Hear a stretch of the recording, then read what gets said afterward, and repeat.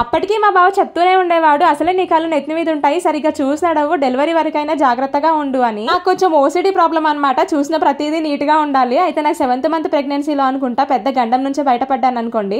అయితే స్నానానికి వెళ్ళినప్పుడు వాష్రూమ్ నీట్ గా అనిపించకపోయేసరికి ఇంకొకసారి క్లీన్ చేద్దాం అని చెప్పేసి సర్ఫ్ వేసి మరి కడిగాను.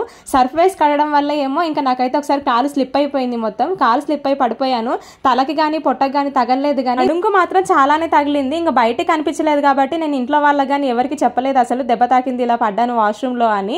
కానీ నాకు ఆ పెయిన్ అప్పుడు తెలియలేదు, కానీ డెలివరీ టైంలో మాత్రం చాలా తెలిసింది. చాలా ఇబ్బంది పడ్డాను ఆ పెయిన్ వల్ల. కొన్నిసార్లు కొన్ని విషయాలు చూసి చూడనట్టుగా వదిలేయాలి, లేదంటే గోటుతో పోయేదాన్ని గుండెల దాకా తెచ్చుకున్నట్టు అవుతుంది. ఇంకా నేను చేసిన తప్పు మాత్రం ఎవరు చేయకండి అలాగా. ప్రెగ్నెన్సీలో చాలా కేర్ఫుల్ గా ఉండండి. మెయిన్ నేను నా ప్రెగ్నెన్సీ జర్నీని ఎందుకు షేర్ చేస్తున్నానంటే, చాలా మంది ప్రెగ్నెంట్ లేడీస్ తెలిసి తెలియక చాలా తప్పులు చేస్తూ ఉంటారు, దానివల్ల చాలా సఫర్ అవుతూ ఉంటారు.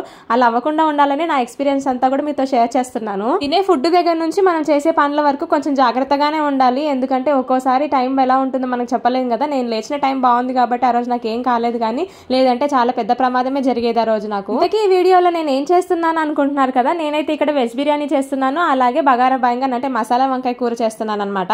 ఈ రెసిపీస్ కనుక మీరు కావాలనుకుంటే కనుక ఈ రోజు ఫుల్ బ్లాగ్ అప్లోడ్ చేశాను, మా వెడ్డింగ్ యానివర్సరీ రోజు చేసిన స్పెషల్స్ అనమాట ఇవైతే. ఈ వీడియో లింక్ ఈ వీడియో కింద ట్యాగ్ చేస్తాను. యూట్యూబ్ లో చూసే వాళ్ళకైతే, ఇన్స్టాలో చూసే వాళ్ళకైతే వీడియో లింక్ అయితే నేను స్టోరీలో అయితే ఇస్తాను, ఒకసారి చెక్ చేయండి. వీడియో నచ్చితే ప్లీజ్ సబ్స్క్రైబ్.